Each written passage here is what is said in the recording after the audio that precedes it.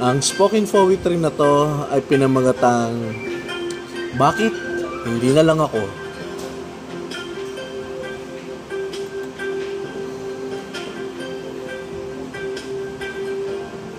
May mga pagkakataon talaga na ang inakala mong sapat na ay kulang pala. Ang akala mo ay karapat-dapat ka, pero para sa kanya ay huyo ka. Iniisip mo na mas mapapasaya mo siya, pero bakit mas pinipili niya ang masaktan siya?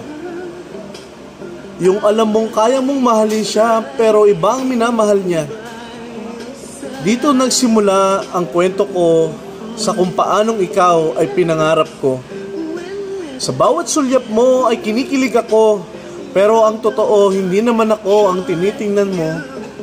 At kapag ngumingiti ka, ay para napapangiti ako, pero ang totoo ay assuming lang ako.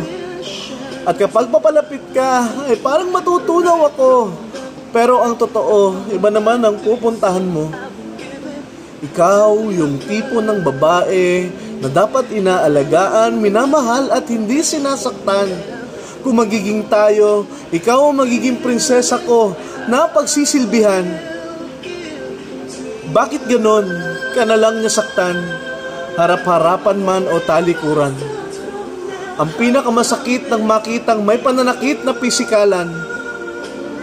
Bakit siya? Lamang lang naman siya na 5 paligo at ako naman ay lamang na 5 kain Kung titingnan mo ang DP ko, macho din naman ako 6 packs pandesal niya. Yung sa akin 1 pack na ensaymada. Ano naman kung chubby ako? Ayaw mo pa ba sa tulad ko? May bedroom showcase ka na. Literal na hagabol. Alanganin nga lang na kissable. Pero wag mong gawing kapintasan ang pagiging inosente ng mga labi ko. Madami nang nakakiss dito, lalo na nung baby pa ako. Naalala ko pa noon, naikwento ng nanay ko sa araw daw ng kapanganakan ko. Paglabas ko sa sinapupunan niya, napasigaw yung doktor. Aba, boy! Oh, congrats, it's a boy. Kita mo naman, nakakagulat talaga ang angkin kong kakitan. Sino ang nagsabi? Ang nanay ko at yung ate ko kapag ako ay inuutusan. Pero mabalik ako sa tunay na dahilan ng pagsulat ko ng tulang ito. Yun ay maiparating sa'yo ang katanungan na bakit hindi na lang ako? Bakit may mga taong ang pagpapahalaga ay sa una lang ipinadarama? Bakit kung kailan sila na ang pinili ay nagkukulang pa?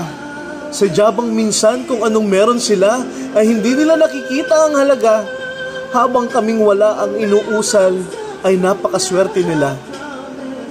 Kung sakaling mapagtanto mo na ikaw ay dapat pahalagahan, huwag kang matakot na baka wala nang magmamahal. Dahil sa umpisa pa lang ay minamahal na kita, hindi mo nga lang nararamdaman kasi choosy ka. Kaya pala mahilig ka sa chooks to go. Masarap daw kahit walang sauce. Pero ako yung homemade grilled chicken, mas masarap lalo na pag may sauce. So ang ending ng tulang ito ay sana nga mapansin mo na kahit alanganin na kakitan ko sa kagandahan mo, hindi ka naman lugi sa kabaitan ko at ang pangako ko sa iyo ay buong pusong katapatan ko. Kapag naging tayo, choosy pa ba ako? Ipagsisigawan ko sa buong mundo. Ang swerte ko sa iyo, sa wakas, gaganda na ang lahi ko. Yung susunod na henerasyon ay hindi na magtatanong ng bakit hindi na lang ako. So, hope you like this video of my original composition, spoken poetry. So, hit like button, leave a comment, share, and subscribe my YouTube channel, Lex Nieva aka Buliklik. Bye guys.